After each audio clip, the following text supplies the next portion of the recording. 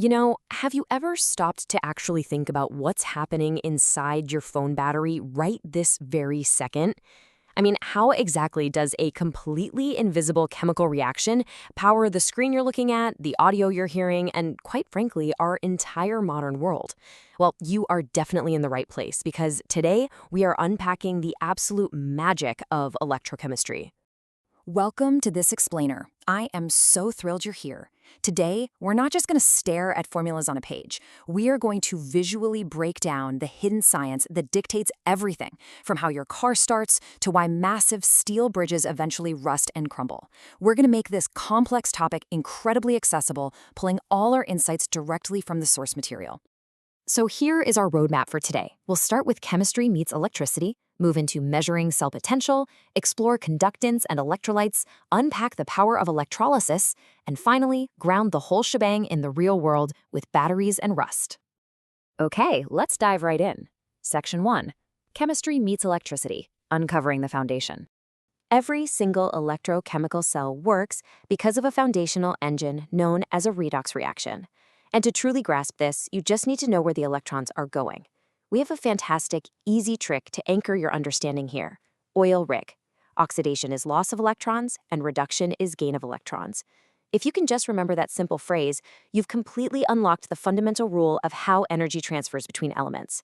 So when zinc loses electrons, it's oxidized. When copper ions gain those electrons, they're reduced. Simple as that. Now, to capture that electron transfer and do some actual work with it, we use something like the Daniell cell, which is a classic example of a galvanic cell. The setup is brilliant. We have zinc on one side losing electrons and copper on the other side gaining them. Those electrons travel through the wire and boom, that creates our electrical current. But pay attention to that salt bridge in the middle. Without it, the whole cell stops working entirely. The salt bridge completes the circuit and maintains electrical neutrality. It basically makes sure the system doesn't just jam up with unbalanced charges. But there's a flip side to this spontaneous energy creation, and that's the electrolytic cell.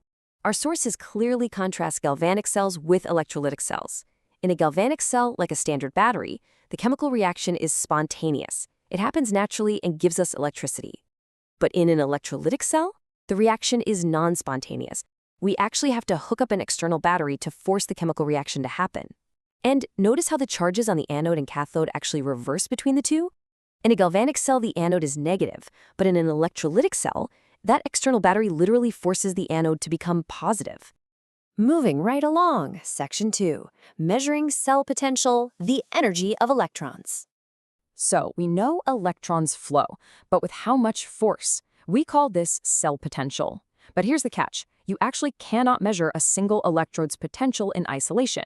It's kind of like trying to measure the exact height of a mountain without knowing where sea level is. So chemists did the logical thing. They established a sea level. The standard hydrogen electrode, or SHE, is assigned an exact universal value of 0.00 volts under standard conditions. Everything else, your zinc, your copper, your silver, is just measured relative to this baseline. Now, when you're calculating the maximum potential difference of a cell, there is a golden rule you have to follow. And this is a huge common trap that the source materials specifically warns us about. Do not use oxidation potentials in this formula. The standard convention is to strictly use standard reduction potentials. You just take the standard reduction potential of the cathode and subtract the standard reduction potential of the anode. E cell equals E cathode minus E anode. If your final number is positive, congratulations, you've got a spontaneous reaction. Let's switch gears a bit. Section 3, conductance and electrolytes, the path of least resistance. We've got our driving force, so let's look at the actual highways these charges travel on. There's a massive difference between how a solid copper wire conducts electricity and how a saltwater solution does it. In metallic conductors, only the free electrons are moving. The solid metal itself doesn't undergo any chemical change at all. But in an electrolytic conductor, like molten salt or an aqueous solution, it is the actual ions that are physically moving around. And because matter is literally transferring, a chemical change absolutely must occur at the electrodes. When we map out how different electrolytes behave under dilution, a really clear pattern emerges. Take strong electrolytes like sodium chloride. They're almost completely ionized, even at high concentrations, so adding water just frees them up a tiny bit, gradually increasing their molar conductivity.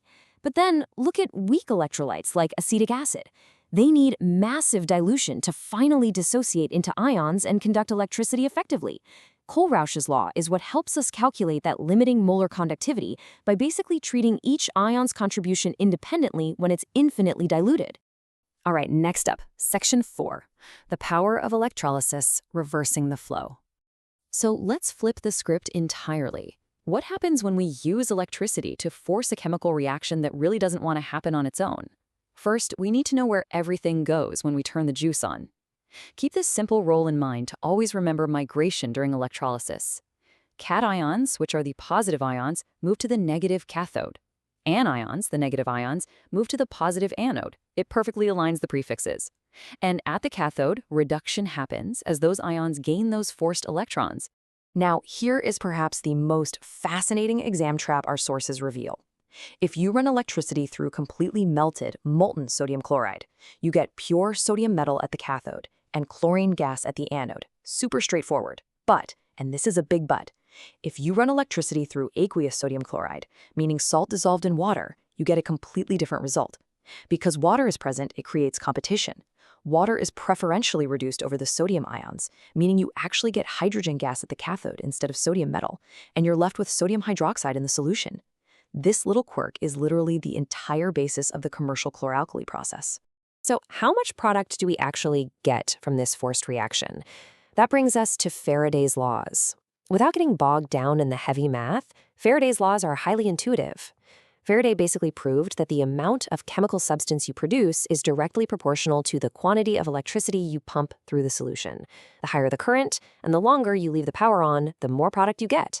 The formula ties it all together beautifully using Faraday's constant, which is roughly 96,500 coulombs. That's the charge of one entire mole of electrons.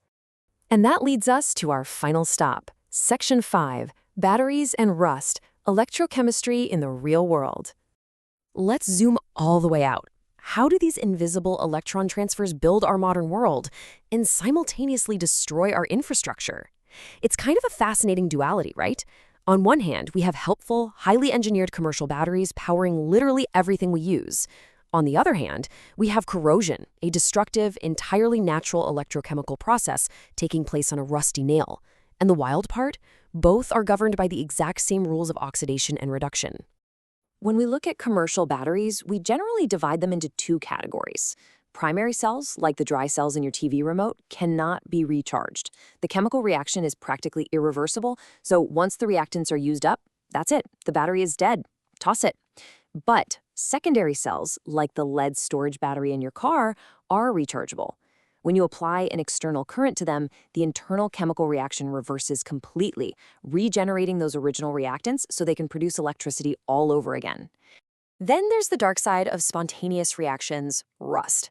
Rust isn't just metal degrading physically. It's an uninvited, microscopic galvanic cell forming right on the surface of the iron.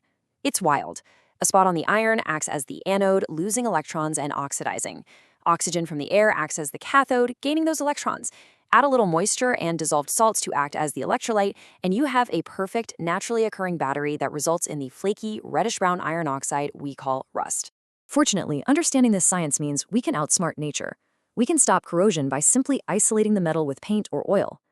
But even more cleverly, we can use electrochemistry against itself through something called cathodic protection. By attaching a more reactive metal to our iron structure, like a block of zinc or magnesium, we force that new metal to act as the anode. It literally becomes a sacrificial anode, oxidizing and corroding away entirely so that the structural iron beneath it stays perfectly pristine. Which brings us to a final thought to leave you with today. Every solar panel and wind turbine is pretty much useless if we can't store that energy for when the sun sets and the wind stops blowing. We've seen today how electrons can be moved, stored, and forced to do work. With the world rapidly shifting towards renewable energy, how will mastering these exact foundational electrochemical principles we just explored be the key to unlocking the next massive leap in global energy storage? The invisible reactions of the past are absolutely the key to our future. Thank you so much for joining me in this explainer, and keep questioning the science around you.